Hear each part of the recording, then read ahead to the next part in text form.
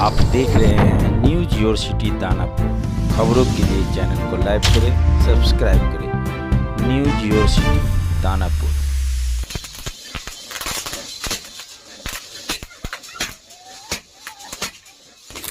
भैया जी, आज इस वीडियो में जानेंगे कि मखाना कैसे बनता है, मखाना बनने की पूरी जानकारी, मखाने की खेती से लेकर मखाना तैयार होने तक हर प्रोसेस को दिखाने वाले हैं। तो चलिए वीडियो की शुरुआत करते हैं।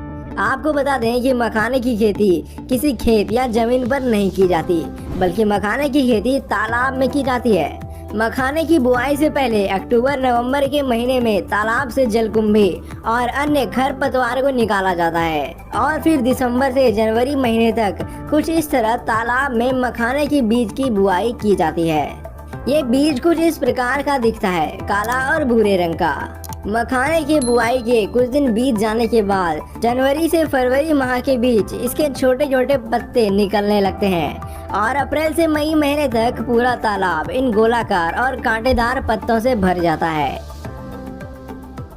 और इसके जड़ भी काफी लंबे और रेशेदार हो जाते हैं, जो तालाब में नीचे तलहटी पर चले जाते हैं। उसके बाद अप्रैल महीने के अंत में इसके छोटे छोटे फूल भी आना शुरू हो जाते हैं और मई महीने के पहले सप्ताह में ये फूल काफी संख्या में आने लगते हैं। ये फूल बैंगनी रंग का होता है, जो कि काफी खूबसूरत दिखता है।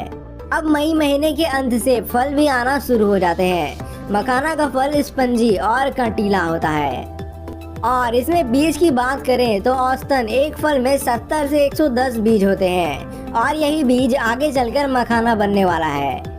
जुलाई के महीने तक मखाना का फल तैयार हो चुका होता है, इसलिए ये पानी के अंदर ही फटने लगता है, जिससे इसका बीज पानी पर तैरने लगता है और इस बीज के चारों तरफ हल्के गुलाबी रंग का ऐसा कवर होता है और जब 1-2 दिन बाद गुलाबी रंग का कवर गल जाने के बाद सफेद हो जाता है, तब ये बीज तालाब के अंदर तलहटी पर बैठ जाता है और अगस्त सितंबर माह में मखाने का पत्ता भी गलना शुरू हो जाता है, जिसके बाद तालाब से उन पत्तों की सफाई कर ली जाती है और मखाने का जो बीज पानी के अंदर बैठ गया था, अब उसे बाहर निकाला जाएगा, जिसके लिए ये किसान लकड़ी से बनी इस बड़ी सी छलनी नुमा टोकरी, जिसे यहाँ की भाषा में गांज कहा जाता है, उसकी मदद से कुछ लोग इस तरह से पानी के अंदर से मखाने के बीज को निकालते हैं।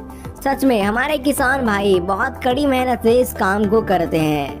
और अब जब सारा बीज निकल चुका है, इसे कुछ इस तरह पैरों से मसलकर बीजों की सफाई करते हैं, जिससे बीज के ऊपर का कवर निकल जाता है और फिर इन बीज को पानी से साफ कर लेते हैं। बाद में इन्हें बोरों में भरकर इसके अगले प्रोसेस के लिए तैयार किया जाता है। इसके लिए इन सभी मखाने के बीजों को धूप में अच्छी तरह से सुखा लेते हैं और फिर खास प्रकार के छलनी से छानकर अलग अलग आकार वाले बीजों को अलग करा जाता है और फिर इन बीजों को अच्छी तरह फैलाकर धूप में सुखाया जाता है, जिससे इसका रंग काले से गहरे लाल रंग में बदल जाता है। उसके बाद इन बीजों को उसी दिन बिना बालू के मिट्टी के कढ़ाई में भुना जाता है और भुनाई के बाद इन बीजों को टोकरियों में ठंडे छायादार जमीन पर कुछ दिनों तक रखा जाता है, जिससे बीज के कड़े छिलके और अंदर का मुलायम लावा ढीला पड़ जाता है। अब थोड़ा थोड़ा करके इन बीजों को कढ़ाई में भुना जाता है। आपको बता दें कि बीज को भुनने के लिए 4 मिट्टी के और 1 लोहे की कढ़ाई की जरूरत पड़ती है।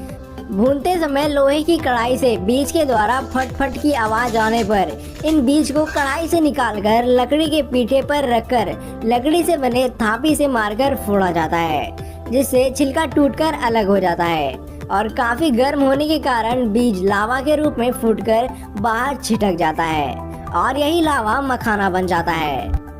अब मखाने की पॉलिशिंग और इससे अच्छी तरीके से छिलका अलग करने के लिए इस मखाने के लावों को इस मशीन में डाला जाता है, जिससे निकलने के बाद एकदम दूधिया सफेद मखाना तैयार हो जाता है और फिर इन सभी को पैकेट में भरकर पैक कर देते हैं, तो ऐसे मखाना तैयार हो जाता है।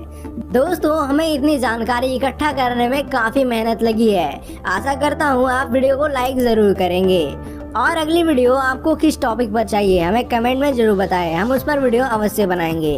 और आगे ऐसे ही जानकारी से भरी वीडियोस को देखने रहने के लिए हमारे चैनल को सब्सक्राइब करके बेल आइकन पर जरूर प्रेस करें।